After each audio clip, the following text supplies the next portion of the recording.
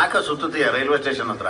ಏನಾದ್ರೂ ಕೆಲಸ ಮಾಡ. ಏನಣ್ಣ ಮಾಡ್ಲಿ? ಕೆಲಸ ಕಾರ್ಯ ಯಾರಣ್ಣ ಕೊಡ್ತಾರೆ ನಂಗೆ? ನಿಮ್ ಜೊತೆನೆ ಬಂದ್ಬಿಡ್ಲಾ? ಏನ್ ನಮ್ಮ ಅಪ್ಪಂದು ಸೆಂಟ್ರಲ್ ಗೌರ್ಮೆಂಟ್ ನಿಮ್ಗೆಲ್ಲ ಕೆಲಸ ಕೊಟ್ಟು ಇಟ್ಕೊಳಕ್ಕೆ ಹೋಗಲೇ. ಮದೇವ ಮದೇವ, ಏನೋ ಬೆಳಗ್ಗೆ ನಮ್ಮ ಮನೆ ಕಡೆ ಹೋಗ್ತಿದ್ಯಾ?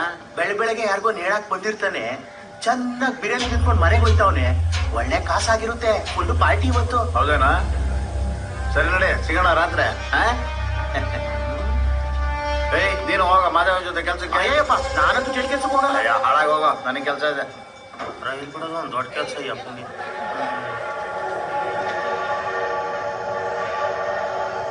ತಗೊಂಡ್ರಪ್ಪ, ನಮ್ಮ ಮಗ ಮಾಡಿ ಚಿಕನ್ ಏನೋ ಹೊಸ ಐಟಮ್ ಮಾಡೋನೆ. ಅಣ್ಣ ಮಸಾಲೆ ಐಟಮ್ ಎಲ್ಲ ಬೇಡ ಅಣ್ಣ, ನಂಗೆ ಕಡಲೆ ಬೀಜ ಬೇಕು. ಏಯ್ ಏನೋ ಹೊಸ ಐಟಮ್ ಮಾಡೋನೆ, ತಿಂದ್ರು ಚೆನ್ನಾಗೈತೆ. ತಳ ಕೊಡೋಣ. ಅಣ್ಣ ಈ ಮಾದೇವ ಅಳೆಲ್ಲ ನಗಲ್ಲ. ಇವ್ರಿಗೆ ಏನ್ ಕೊಟ್ರು ಕುಡಿತಾನೆ, ಏನ್ ಕೊಟ್ರು ತಿಂತಾರಣ. ಇವ್ರು ನೋಡ್ತಿದ್ರೆ ನನಗೆ ಭಯ ಆಗುತ್ತಣ್ಣ. ಏಯ್ ಯಾಕ ಭಯ ಆಗುತ್ತೆ? ಸುಮ್ನಿರ. ಯಾರ್ಯಾರನೋ ನೇಡಾಕ್ಬಿಟ್ಟು ಬರ್ತಾರಣ. ಅವ್ರು ಕೊಟ್ಟಿರೋ ಕಾಸಲ್ಲೇ ನಮ್ಗೆ ಎಣ್ಣೆ ಓಡಿಸ್ತಾನೆ. ಅಲ್ಲಿ ಸತ್ತಿರೋರೆಲ್ಲ ನನ್ ಕನ್ಸಲ್ ಬಂದ್ ಎದೆ ಮೇಲೆ ಕುಂತಂಗಾಗುತ್ತೆ, ಭಯ ಆಗುತ್ತೆ. ಯಾವನಲ್ಲಿ ಇವನು 7ನೇ ಕ್ಲಾಸ್ 8ನೇ ಕ್ಲಾಸ್ ಪಾಸ್ ಆಗಿದ್ರೆ ಇವ್ರ ಅಪ್ಪನ ಕೆಲಸ ಸಿಗ್ತಾ ಇತ್ತು. ಪಾಪ ಏನೇನೋ ಆಗೋಯ್ತು.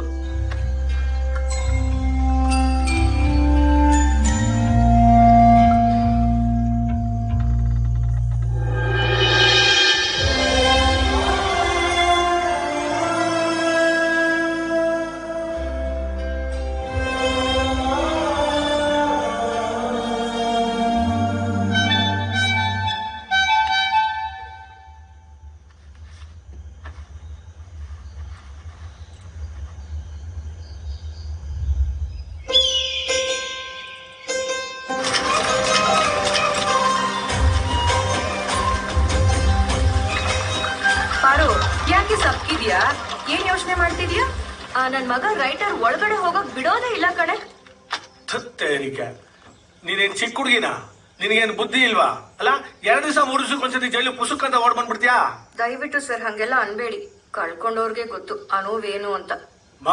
ಇದನ್ ಕೇಳಿ ಬೇಜಾರಾಗ್ಬಿಟ್ಟಿದೆ. ಇಲ್ಲಿ ಬಂದವರೆಲ್ಲ ಇದನ್ನೇ ಹೇಳೋದು, 15 ದಿವಸಕ್ಕೊಂದ್ಸತಿ ಬರ್ಬೇಕು, ನೋಡ್ಕೋಬೇಕು, ಒಯ್ತಾ ಇರ್ಬೇಕು ಅಷ್ಟೇ. ಪದೇ ನನ್ ಕಣ್ಣಿಗೆ ಬೀಳ್ಬಾರ್ದು. ಹೋಗೋ.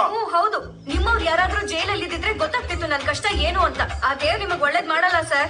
ಪ್ಲೀಸ್ ಸರ್, ಒಂದ್ಸಲ ಹೋಗ್ ಬರ್ತೀನಿ. ನಾನ್ 30 ವರ್ಷದಿಂದ ಇಲ್ಲೇ ಕೆಲಸ ಮಾಡ್ತಾ ಇದ್ದೀನಿ. ನಿನ್ನಂತ ಶಾಪ ಹಾಕೋರ್ನ ತುಂಬಾ ಜನ ನೋಡಿದೀನಿ. ನಡಿಯಮ್ಮ ಆಚೆ.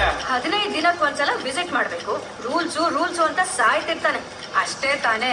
ಏನೇನೋ ಪ್ಲಾನ್ ಮಾಡ್ತೀವಂತೆ.